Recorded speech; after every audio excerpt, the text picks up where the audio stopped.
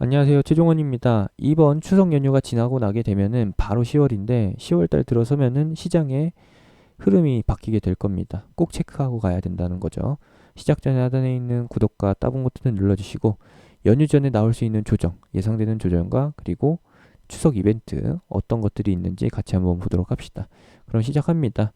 이번 추석 같은 경우에는 코로나 시국 때문에 귀경길에 오르지 못한다는 점에서 쇼핑 해가지고 상품을 보낸다라거나 방문 대신에 현금을 보내는 성의 표시를 하는 쪽으로 이야기가 나오고 있고, 제가 보는 거는 조금 다른 기준에서 보는 건데, 추석이 9월 말입니다. 그러면은 추석 지나고 나면 바로 10월이에요. 이제 일주일하고 플러스로 조금 남았습니다. 아주 조금이에요. 보게 되면은 딱 7일 남았네요. 7거래 1일 남았는데, 주의해야 될 거는 마지막 주 월화 같은 경우에는 시장이 의미가 없어요. 왜 의미가 없느냐? 거래량이 좀 떨어지거든요. 개인 투자자들은 활발하게 진행하겠지만, 개별주, 테마주들은 계속해서 움직이겠지만 수급이 안 움직인다라는 겁니다. 왜 안 움직이느냐? 며칠짜리 연휴죠, 이게? 자, 보세요. 30, 1, 2. 29일도 사실 포함을 시켜야 합니다. 그러면은 4일짜리의 긴 조정이에요. 대충 일주일짜리 공백기라는 겁니다. 미증시에서 발생될 수 있는 중국이나 일본 증시, 해외 증시에서 발생될 수 있을 만한 이벤트를 반영을 못 시킨다라는 것이죠. 그래서 혹시라도 예상되는 부분에 대해서 리스크 대비를 하기 위해 벌어지지 않을 일에 대해서도 미리 매도 내지는 현금 확보 쪽으로 움직인다라는 것이죠. 근데 지금은 이전 명절과는 다르게 유동성이 굉장히 크게 받쳐주고 있거든요. 내리면 매수 기회다라고 생각하는 사람들이 많고, 실제로 추석 전후로 해가지고 발생될 수 있을 만한 악재 리스크가 코로나 빼고는 없기 때문에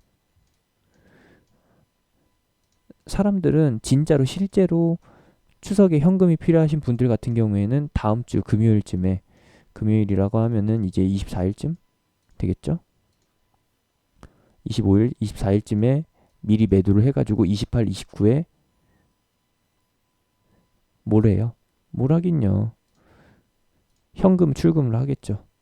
현금 출금을 하게 되는 것이고, 출시되지 얼마 안 된 그 출금 상품, 당일 출금 상품을 이용하시는 분들은 뭐 그냥 바로 28, 29에 꺼내실 수도 있겠죠. 출금하실 수도 있는데, 보통은 시장 인식은 대부분이 24, 25일에 미리 매도를 하게 된다. 사람들은 22일부터 미리 매도 타이밍을 재고 있을 거예요. 조금이라도 더 높은 가격에 팔기 위해서 대기를 하고 있다가 미리 팔기 시작할 거라는 거죠. 이런 심리가 있는데, 사실 이 심리는 이번에 사실 의미가 없습니다. 어떠한 면에서 봤을 때에는, 다른 기준점을 봤을 때에는 의미가 있긴 해요. 어떤 기준점이냐? 그냥 단순하게 리스크 회피용이 있겠지만, 제가 보는 점은 하나입니다. 10월 4일까지 장기 연휴예요. 5일짜리 긴 연휴인 것이고, 10월 5일 날이 되면은 뭐가 있느냐? 빅히트 공모청약이 시작됩니다. 일반인이 빅히트를 13만 원에 살 수 있는 유일한 기회. 1억을 넣어서 한두 주 받을까 말까 할 수도 있는데, 그 기회를 노리기 위해서 이쪽으로 자금이 쏠린다라는 것이죠. 이날 막 증권사 마비돼가지고 뭐 삼성증권이나 미래에셋대우 같은 좀 서버가 불안정한 MTS, HTS 같은 경우에는, 증권거래 어플이나 프로그램 같은 경우에는 마비가 될 수 있다는 거 미리 참고를 해주셔야 합니다. 그리고 주관사로 움직이는 쪽은 더 심할 수가 있어요. 그리고 뭐 오류가 생긴다라거나 상담하실 일이 있다라고 하면은 아마 다음 주에 미리 하셔야 될 거예요. 저 때는 일반적인 문의가 불가능할 정도로 빅히트 상장 쪽으로 해가지고 통화 불가한 상태가 유지가 예상이 되기 때문에, 그런 거 예상하셔서 미리미리 좀 처리하시거나 아니면은 그 뒤에 지나고 나서 하시면 되겠습니다. 이렇게 되면은 자금이 어마어마하게 들어온다라는 거예요. 실제로는 전통적인 시장에서는 빠져나간다라고 생각하겠지만 10월 5일 날에 청약 넣을 거 생각해서 미리 입금하는 사람들이 나오기 때문에 요때 좀 재미가 있을 거라는 거. 근데 그 사람들이 매매는 못 하거든요. 넣어두고 기다려야 합니다. 샀다가 바로 팔아서 D-2나 D-1이 떠 있다라고 하면은 이거는 청약을 못 하거든요. 적어도 매매가 활성화되어 있는 기간은 25일까지.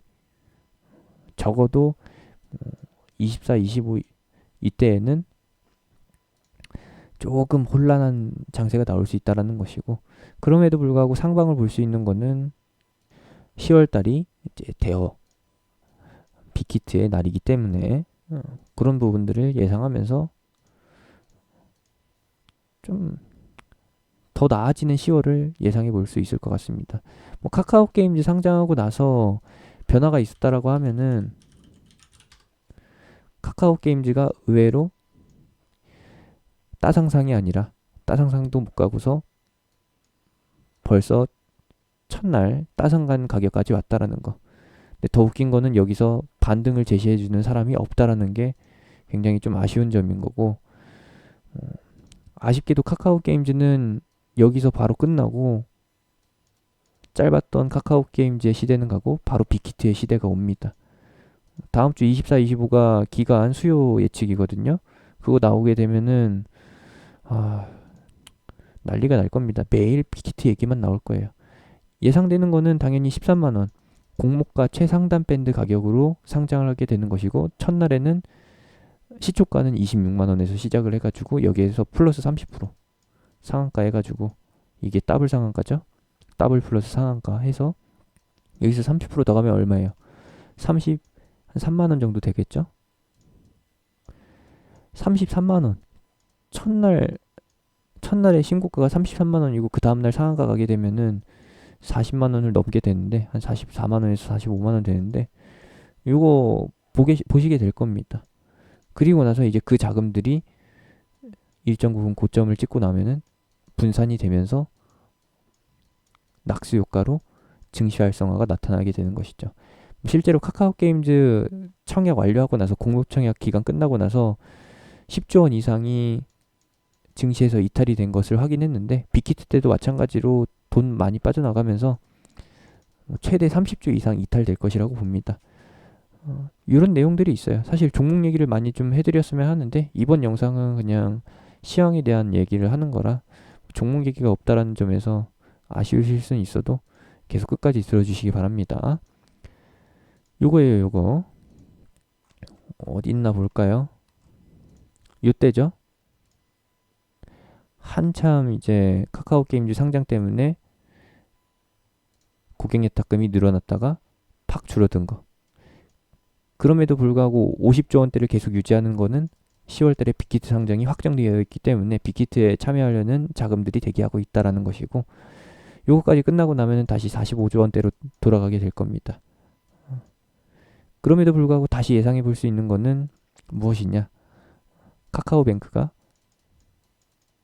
연말에 있기 때문에, 연말 연초에 있기 때문에 봅니다. 이렇게 보는 것이고, 현재 55조의 고객 예탁금에서 빅히트 상장 직전에 아마 9월 말 때쯤에 해서 70조까지 늘어난다라고 봐요. 70조까지 늘어났다가 빅히트 공모청약 끝나는 10월 둘째 주 돼서는 한글날쯤에 돼서는 다시 50조 원대로 이렇게 예상을 해봅니다. 빅히트 관련주에 대한 수요도 다음 주에 나타나게 될 것이고, 달력을 보신 분들은 미리미리 준비하겠죠. 달력을 이미 꿰차고 있는 세력들 같은 경우에는 다음 주가 피크라는 것을 알고 있기 때문에 움직임도 다음 주에 나오게 될 겁니다. 재미있을 것 같아요. 초록뱀 같은 경우나, 초록뱀이 좀 의외죠.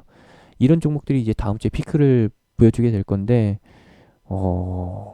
예상을 해볼 수가 없습니다. 일단 슈팅이 나오긴 하는데 신규 매수 관점에서 추천을 드리는 게 아니라 이제 매도 포지션이다 라는 거.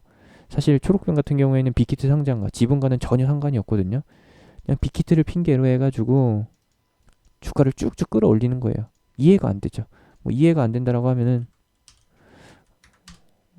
저 상황은 이런 상황이라고 보시면 되겠습니다. 이성적으로 판단할 수 없을 만한 그런 상승이 나온다라는 거.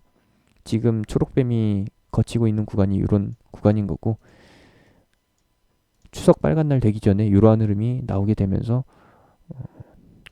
초록뱀 고점에 물렸어요. 구체적으로 예시를 들어드리게 되면은 초록뱀 3,800원에 물렸는데 어떻게 해야 될까요? 초록뱀 4,000원인데 이거 구조대 올까요? 이런 얘기 나오게 된다라는 거 예상이 됩니다. 움직임이 다 예상이 됩니다. LB 세미콘이나 키이스트도 그런 부류에 포함이 될 수가 있겠죠. 이 정도까지 보는 것이고, 사실 영상의 주인공은, 이번 영상의 주인공은 빅히트였고 빅히트와 연관된 몇몇 종목들인데 참고사항으로 보시면 되겠고요. 넷마블 같은 경우에도 오늘 움직인 이유가 무엇이냐, 빅히트 상장까지 2주밖에 안 남았기 때문에 그러한 점에서 미리미리 선반영되고 있다는 거. 시장이 지루하다라고 하는데 다 각자 기준을 잡고서 움직이고 있습니다. 아쉽기는 하지만 체감이 좀 떨어지긴 하는 시장이지만 추석 이후에는 더 나아질 것이라는 거, 10월 달에는 조금 더 나아질 것이라는 거 보시면 되겠고, 실적 발표에 영향을 많이 받는 삼성전자나 기타 대형주 같은 경우에는 좀 기피를 하셨으면 합니다. 어떻게 보면은 다음 주가 매도 기회 내지는 추석 직전이 여러분들이 좋아하시는, 모든 사람이 주식 초보도 한 번쯤은 들어갔을 만한, 매수할까 생각했을 만한 그런 대형주 주력한 종목들이 매수 찬스로, 매수 기회로 올 수 있는 시점이라는 거 보시면 되겠고요. 대표적인 예시로 들어드린다라고 하면은 네이버나 카카오의 단기 저점, 반등 직전의 저점이 나올 수 있는 그런 시기라는 것도 참고사항으로 공부할 점으로 해서 보시면 될 것 같습니다. 삼성전자는 지금은 매수 가격을 제시할 수가 없는 가격인 거예요. 왜냐? 저는 애초에서부터 6만 원을 돌파한다라고 보고 있었고, 이전에 5만 5천 원일 때나 5만 8천 원일 때나 5만 5천 원에 다시 내려왔을 때나 계속해서 6만 5천 원을 말씀드렸었기 때문에 더 말씀드릴 게 없습니다. 여기서 사서 제가 최종적으로 제시해드렸던 2020년 목표가 6만 5천 원, 10%도 안 되거든요. 과연 20%를 보기 위해서 마이너스 10% 갔다가 10% 가는 것을 다 감내하실 수가 있겠느냐?